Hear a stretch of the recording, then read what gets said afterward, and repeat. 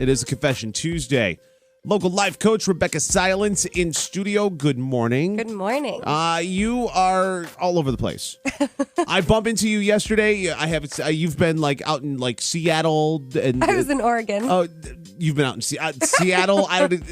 Seriously, I've never been to the West Coast. Okay. I've never been to the West. So once I get past like I don't know, once I get past like Cincinnati, everything else is just like it's out there. So as far as I knew, you were in Seattle, you were drinking Starbucks, listening to Pearl Jam, and then I see you yesterday at the chiropractor office of all things. You got tattoos all over you. You're all marked up, and it's like you're a part of a gang now. I put this great tattoo on my arm. It's temporary. My sweet husband thought it was real at first, and it's henna, right? It was like a little henna thing. It says, "Am I sharing my gifts right now?"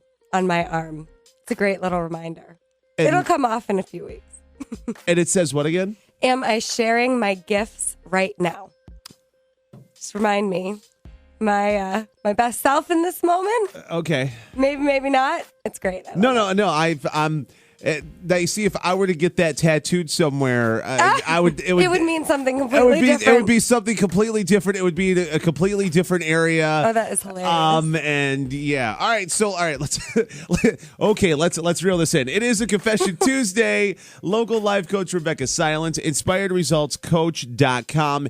And it's all about you making the best decisions for you and kind of taking the blinders off. That's a great way to put it. What we're doing in coaching that's different from traditional counseling therapy is we're looking at what are your goals and what are you doing to get in your own way of accomplishing them, right? So I don't think there's anything wrong with anyone. We're just doing the best that we can with the tools that we have. And what I do is I give you some new tools to replace the strategies that aren't currently working. And this is the difference between Rebecca and myself. I think there's something wrong with everybody. And I know. Not a thing. So here's how this works. You email in bigpapa@cnykiss.com. And we talk about whether it be a specific situation or just a topic in general. And you'd be amazed how much, even if something you don't think initially would appeal to you or factor into your life, it actually kind of does. Mm-hmm. So bigpapa@cnykiss.com. I've gotten a couple emails about parents dealing with their kids over the summer vacation. Yeah. And having to deal with the challenging. Yeah. You know what I'm saying? Like mouthiness, challenging, and not really sure how to handle it. And it comes in different ages too. Yeah. You know, sometimes it's little kids like 3, 4, sometimes it's like 6, 7, sometimes it's 12, 13, 14. Yeah. But at the same time, can you handle it the same way depending for all the different ages? For all the different ages, or is there a different way to handle it depending upon the age and depending upon the circumstance and the family dynamic? Yeah, that's a great question. So I'm going to suggest that the common ingredient when now all of a sudden either it's Christmas vacation, it's summer vacation, it's spring break, those times of the year are where the regular routine is not existing anymore. Right. So that's the commonality in the theme. It is possible to create structure in your family that is rock solid. What I do with my family coaching is we set up agreements, not rules, not ground rules, where the parents, are calling the shots and the kids are expected to follow the directions, but agreements where, yes, the parents are still calling the shots, but the kids are part of the conversation. Okay. And that can start as early as about 4 or 5 years old. So what you're doing is you're setting up expectations. The kids are agreeing to them. And then you enforce a positive consequence for when things are done. And then there's a negative consequence for when things are not. But it's all about how you initially kind of bring it to the table. Absolutely. You got to set it up ahead of time. Right. Right? This is what we do in coaching across the board. Whether I'm working, on career with someone or couples were doing repair work in your relationship, we've got to address the issue ahead of time. So like the week before school gets out, you can have a conversation with your kids and say, all right, so what are we going to set up for the summer? Create some agreements. Now, if, of course, we didn't do that, there's still lots that you can do. Now we're in the middle of the summer, and especially getting closer to the school year, I see escalation with kids all the time because here's the thing: the camps and all Right. that stuff are done. So there's like 2-3 weeks Right. where it's limbo palooza right Right. now. So this is Yeah. the trying time. And not to mention, there are a lot of kids who are having issues at school, and school gets closer and they get scared to go back, and their behavior escalates. Okay. Right? I Yep. mean, this is very normal. So, what I'm going to encourage parents to do is have a conversation with your kids.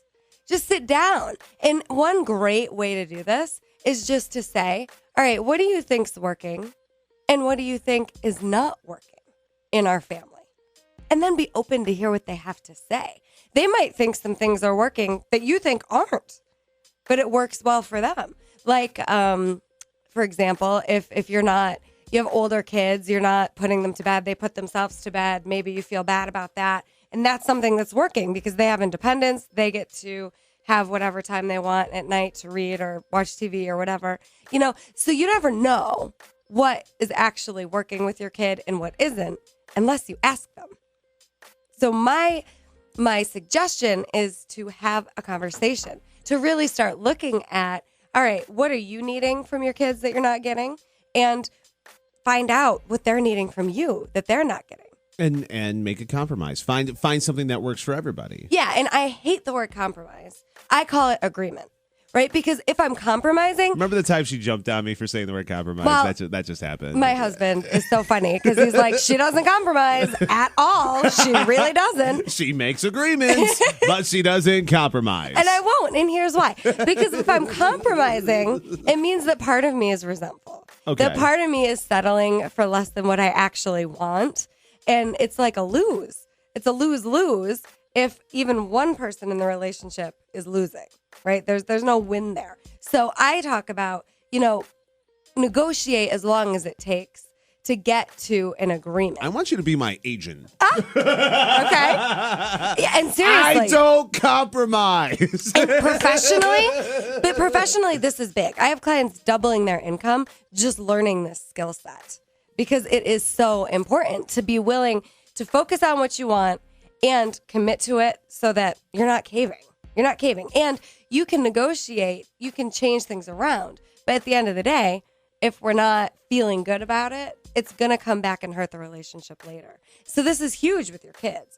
If it's not really a win for you to take your kid to gymnastics Monday, to swimming Tuesday, to karate on Thursday, to horseback riding on Saturday, change it up. Change it up. My kid knows that she has one sporting or extracurricular activity at a time. That's it. We focus on it, we have a blast, and then when it's done, we can change it. That's what's going to work. That's what's going to work. Doesn't mean we don't have fun doing other things, but commitment-wise, she gets to do one thing or another. It's either figure skating or hip-hop. She's chosen hip-hop for the fall. Oh, so, nice. It's about the parent being solid about what's going to work with them, and then you listen long enough to empower your kids and make sure that they're set up to win as well. And that's what we want. You want your kids empowered because if the child, I see it both ways. I see it where the kids are calling all the shots and the parent is just at the effect of their kid. That doesn't work. No. And then I see it the opposite, to where the parents are calling all the shot, the kid doesn't have a voice. What I want is so when your children are in college or in their 20s, they already know how to make their own decisions. They already know what works for them, and they have had a voice. They've had experience having a voice. There's a difference between having a voice and a sense of empowerment, Right. and a sense of I forget Entitlement. Entitlement. Thank Yeah. you. That's what I was looking for Yeah. because there are so many kids that have this sense of entitlement, the sense of I deserve it now. The parents in the older generation are like, you didn't work for it, you didn't earn it. Right. So how that may be a whole other segment in itself, but that seems to be something that a lot of parents have to deal with as well, because a lot of times parents are afraid to say no. Well, and I'm going to suggest that in the entitlement sense, they're still not using their voice because it's fear-based. When I'm entitled, I'm scared. I'm not feeling good about myself. I'm not empowered at all. So what I'm saying is that your kids are in a safe space while they're kids, and let them fail. Let them make decisions, get it wrong, learn from it on their own, instead of like the parent always saying, what are you doing? Why did you do that? Do it this way. They don't learn anything. Right. They just learn not to get in trouble. And then they go and they rebel later and learn it in their 20s or their 30s. Instead of, and that involves like bail money and whatnot. And that's seriously, Yeah. Are you gonna bail them out when they're 25, or are you going to create that safe space when they're 13, 14, 15, 16?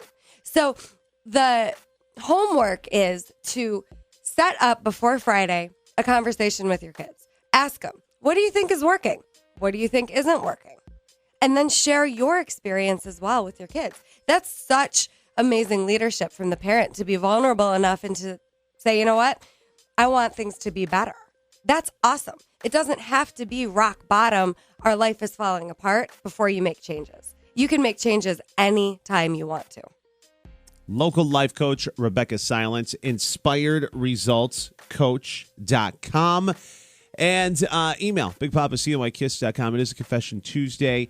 Let us know what you want us to talk about. Give us your experience. Give us your story, and we'll take care of it, and we'll do it confidentially and free right here on the radio next here on Kiss FM.